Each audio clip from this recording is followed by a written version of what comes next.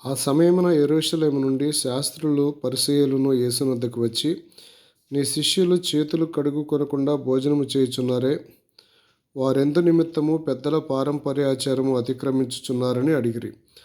అందుకాయన, మీరును మీ పారంపర్యాచారము నిమిత్తమై దేవుని ఆజ్ఞను ఎందుకు అతిక్రమించుచున్నారు? తల్లిదండ్రులను గనపరచమనియు తండ్రినైనను తల్లినైనను దూషించువాడు తప్పక మరణము పొందవలననియు దేవుడు సెలవిచ్చెను. మీరైతే ఒకడు తన తండ్రినైనను తల్లినైనను చూచి, నా వలన నీకేది ప్రయోజనమో అది దేవార్పితమని చెప్పిన ఎడల అతడు తన తండ్రినైనను తల్లినైనను గనపరచనక్కర్లేదని చెప్పుచున్నారు. మీరు మీ పారంపర్యాచారము నిమిత్తమై దేవుని వాక్యమును నిరర్ధకము చేయుచున్నారు. వేషధారులారా, ఈ ప్రజలు తమ పెదవులతో నన్ను గనపరచుదురు, కానీ వారి హృదయము నాకు దూరముగా ఉన్నది. మనుషులు కల్పించిన పద్ధతులు దైవోపదేశములని బోధించుచు వారు నన్ను వ్యర్థముగా ఆరాధించుచున్నారు అని యెషయా మిమ్మును గూర్చి ప్రవచించిన మాట సరియే అని వారితో చెప్పి, జనసమూహములను పిలిచి, మీరు విని గ్రహించుడి. నోట పడినది మనుష్యుని అపవిత్రపరచదు గాని నోట నుండి వచ్చినదియే మనుష్యుని అపవిత్రపరచునని వారితో చెప్పెను. అంతటా ఆయన శిష్యులు వచ్చి, పరిసయ్యులు ఆ మాట విని అభ్యంతరపడిరని నీకు తెలియనా అని ఆయనను అడుగగా, ఆయన, పరలోకమందున్న నా తండ్రి నాటని ప్రతి మొక్కయు పెళ్ళగించబడును. వారి జోలికి పోకుడి. వారు గుడ్డివారై ఉండి గుడ్డివారికి త్రోవ చూపువారు. గుడ్డివాడు గుడ్డివారికి త్రోవ చూపిన యెడల వారిద్దరూ గుంటలో పడుదురు గదా అనెను. అందుకు పేతురు, ఈ ఉపమాన భావం మాకు తెలుపమని ఆయనను అడుగగా, ఆయన, మీరును ఇంతవరకు అవివేకులై ఉన్నారా? నోటిలోనికి పోవునదంతయు కడుపులో నుండి బహిర్భూమిలో విడువబడును. కానీ నోట నుండి బయటికి వచ్చినవి హృదయములో నుండి వచ్చును. ఇవే మనిషిని అపవిత్రపరచునని మీరు గ్రహింపరా? దురాలోచనలు, నరహత్యలు, వ్యభిచారములు, వేశ్యాగమనములు, దొంగతనములు, అబద్ధ సాక్ష్యములు, దేవదూషణలు హృదయములో నుండియే వచ్చును. ఇవే మనిషిని అపవిత్రపరచును. కానీ చేతులు కడుగుకొనక భోజనము చేయుట మనుష్యుని అపవిత్రపరచదని చెప్పెను.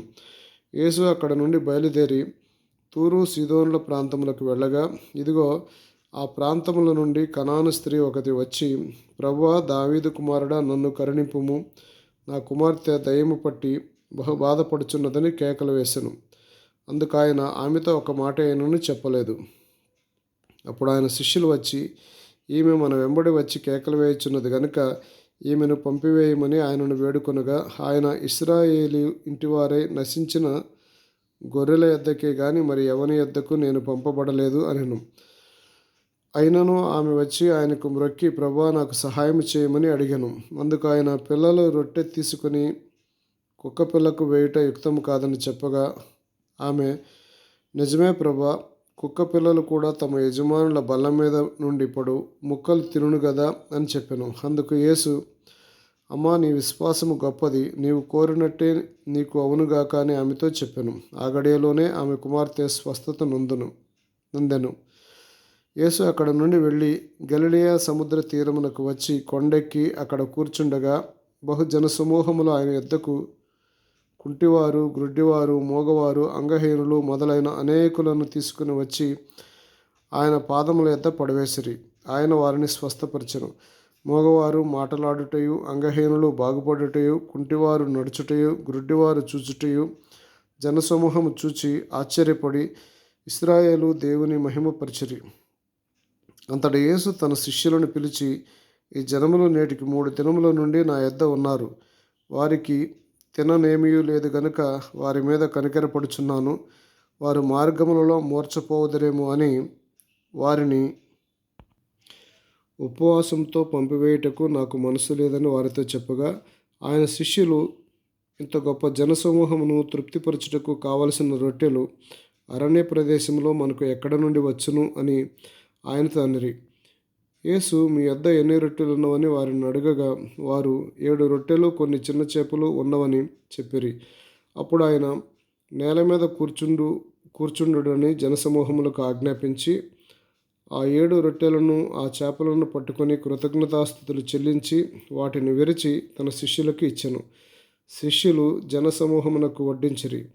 వారందరూ తిని తృప్తి పొందిన మీదట మిగిలిన ముక్కలు 7 గంపల నిండా ఎత్తిరి. స్త్రీలను పిల్లలు గాక తినినవారు 4,000 మంది పురుషులు. తరువాత ఆయన జనసమూహములను పంపివేసి దోణి ఎక్కి మగదాను ప్రాంతమునకు వచ్చెను.